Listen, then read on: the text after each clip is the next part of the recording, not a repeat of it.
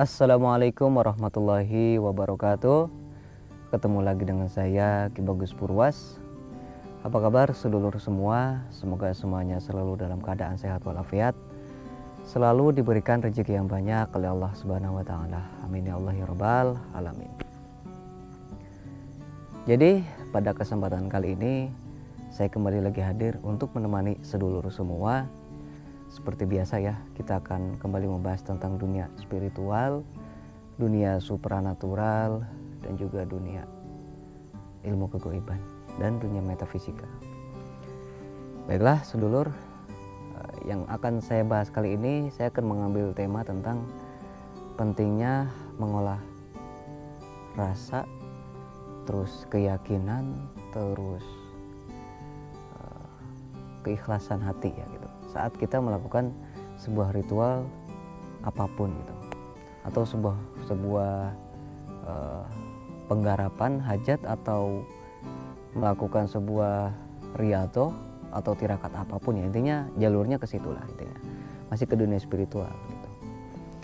Nah, kenapa saya mengambil tema seperti ini? Ini tadi dari salah satu rekan saya merekomendasikan untuk membahas tentang hal ini ya sedulur, karena memang sangat penting sekali, dan saya ACC kemudian saya masukkan ke YouTube ini ya. Jadi sedulur, kita sebagai seorang spiritual atau pengamal ilmu hikmah tentunya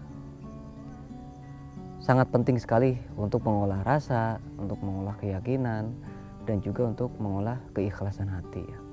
Karena banyak sekali kasus-kasus di mana orang-orang saat mempelajari ilmu hikmah itu mereka selalu pernah atau selalu bahkan sering merasakan kegagalan.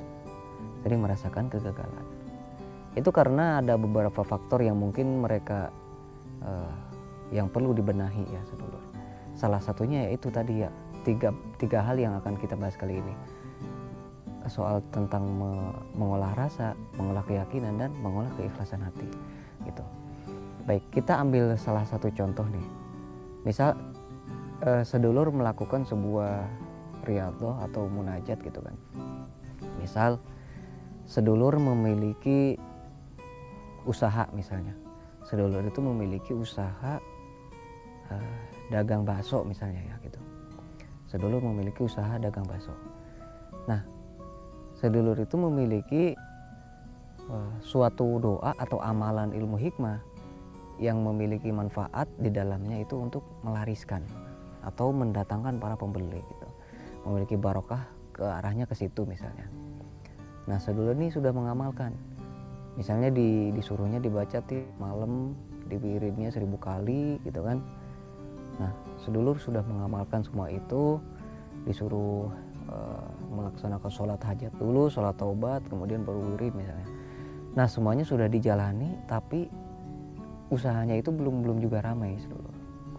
Misalnya usahanya tetap aja sepi-sepi, usahanya tetap sepi, terus kemudian gak ada peningkatan omsetnya sama sekali gitu. Ya pelanggan ya segitu-gitu aja tetap, mau wirid atau enggak ya segitu-gitu aja tetap misalnya gitu kan. Lalu apa yang menjadi masalahnya di mana gitu? Apakah saat kita berdoa kita tidak khusyuk, atau kita melakukan cara yang salah, atau kita masih memiliki banyak dosa-dosa yang sehingga menutup jalan pintu rezeki kita?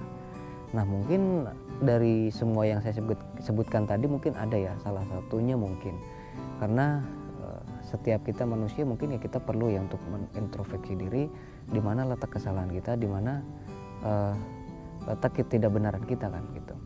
Makanya kita harus meluruskan apa yang salah di mana nih, yang nggak benarnya di mana misalnya gitu. Nah, jadi kebanyakan para pengamal ilmu hikmah itu mereka ada yang memang ketika mulutnya itu membaca lantunan-lantunan ayat, misalnya lantunan-lantunan ayat doa-doa amalan ilmu hikmah, tetapi hatinya itu tidak seperti apa yang dia ucapkan sedulur gitu kan. Nah, ini yang saya sebutkan dengan mengolah rasa ya, yang pertama.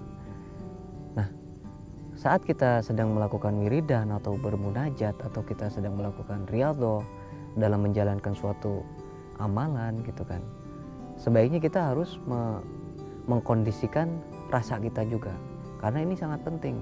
Rasa itu kan adanya di hati ya gitu, di perasaan, di emosional kita. Sedangkan pikiran kan beda, pikiran itu kan ada di luar. Nah, meskipun kita berpikir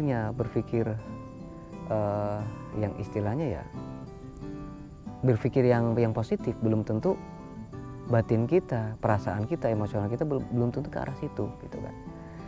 Bisa jadi perasaan kitanya tidak terkoneksi gitu. Bisa jadi perasaan kita malah berprasangka lain gitu kan. Nah, makanya kita harus benar-benar mengolah rasa itu di situ sedulur. Saat kita melakukan sebuah wiridan, saat kita sedang melakukan sebuah munajat, tirakat, riyadhah dan lain sebagainya, apapun istilahnya ya. Yang intinya kita melakukan sebuah ritual doa kepada Tuhan yang Maha Kuasa dengan cara apapun, dengan metode apapun, yang intinya tetap ke situ kan. Mau pakai amalan, mau pakai doa, mau pakai apapun, kita harus bisa mengolah rasa kita. Perasaan kita itu harus benar-benar ditujukan ke hal tersebut sedulur. Nah, dan selanjutnya adalah keyakinan. Nah, untuk keyakinan ini ada tambahan sebenarnya. Keyakinan dan selalu berprasangka positif atau selalu berpikiran positif sedulur. Nah, ini ya. Kenapa saya bilang begitu? Karena kebanyakan orang-orang yang sudah melakukan ritual munajat, saat doa mereka belum dikabulkan oleh Tuhan yang Maha Kuasa, mereka kebanyakan itu selalu berprasangka buruk kepada Tuhan yang Maha Kuasa. Banyak yang seperti itu. Banyak yang soal ekonominya sedang turun drastis, banyak yang usahanya bangkrut, banyak yang usahanya gulung tikar, banyak yang seperti itu. Tapi ketika dia mengalami hal itu, dia malah menyalahkan siapa? Menyalahkan Tuhan, gitu. Menyalahkan Allah Subhanahu Wa Taala. Nah, sebenarnya ini adalah hal yang salah, sedulur. Sebenarnya adalah hal yang salah. Kita meskipun kita dalam keadaan kondisi apapun, kita dalam keterpurukan, usaha kita sedang ada di bawah, usaha kita sedang ada keadaan diuji atau dicoba, seharusnya kita selalu berpikiran positif, gitu kan. Kita harus selalu berpikiran positif dan kita tanamkan di dalam diri kita. Kita harus yakin bahwa ini cobaan ini bisa kita atasi dengan usaha yang kita jalani, gitu kan. Jadi bukan hanya sekedar kita nih berdoa 1 kali 2 kali terus belum dikabulkan ya gitu, maksudnya belum juga dikabulkan, kita sudah menyalahi Tuhan lah, sudah menyalahi apalah yang ada di sekitar kita salahi semuanya gitu.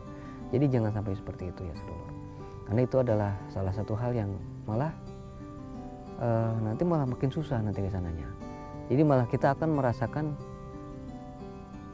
cobaan-cobaan yang semakin berdatangan nantinya gitu. Malah semakin banyak cobaan-cobaan yang kita hadapi nantinya.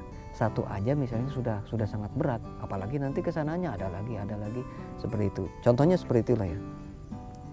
Dan yang kedua ini adalah dan yang ketiga itu kan tadi yang kedua ya. Nah, yang ketiga itu apa? Keikhlasan, mengolah keikhlasan.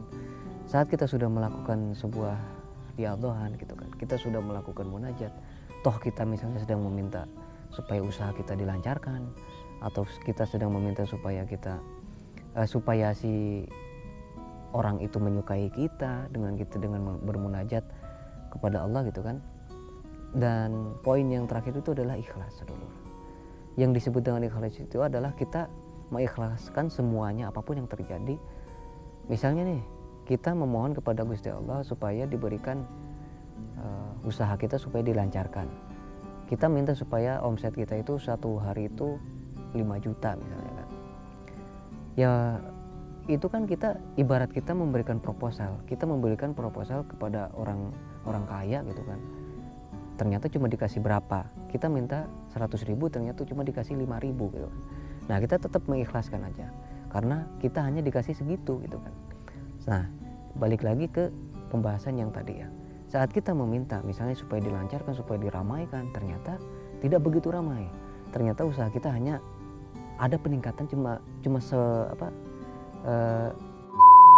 ternyata usaha kita hanya ada peningkatan seberapa persen gitu ya, contohnya tidak begitu ramai gitu. Ya nggak apa-apa, kita cukup mengikhlaskan aja, kita syukuri, kita nikmati apa yang sudah ditentukan oleh Tuhan yang Maha Kuasa gitu saudara. Jadi itu sebenarnya metode-metode yang kita perlu tambahkan dalam ikhtiar kita sehari-hari gitu. Baik dalam menyelesaikan persoalan-persoalan apapun, ataupun kita dalam menjalankan sebuah riyadhah. Misalnya usaha kita sedang sepi gitu, terus kemudian kita menjalankan riyadhah, kita terapkan metode yang tadi itu ya, sistem yang tadi itu. Semoga sedulur memahami apa yang saya sampaikan tadi, apa yang saya jabarkan tadi. Ya intinya sih kita harus tetap berpikir positif kepada Tuhan kita, kepada diri kita, kepada usaha yang sudah kita jalani. Dan kita harus yakin bahwa usaha yang kita jalani itu benar-benar akan maju, akan sukses, dan akan berkembang gitu. Nah yang terakhir yang harus kita lakukan adalah ikhlas gitu. Ikhlas apapun yang sudah diterapkan, ya apapun yang sudah diberikan, kita ikhlaskan semuanya. Usaha kita ikhlaskan, jangan diungkit-ungkit lagi.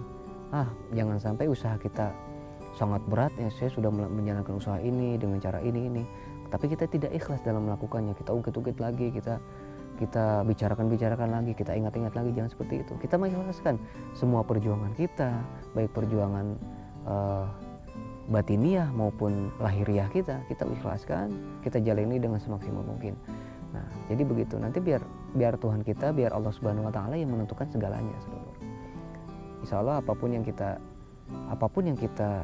minta, apapun yang kita mau, insya Allah akan lekas tercapai, akan lekas datang dengan sendirinya. Ya tentunya semua itu terjadi karena atas izin Allah ya, sesuai dengan kondisi dan keadaan diri kita gitu. Nah baik, cukup sekian mungkin konten kita kali ini, semoga bermanfaat. Saya Ki Bagus Purwas, Assalamualaikum warahmatullahi wabarakatuh.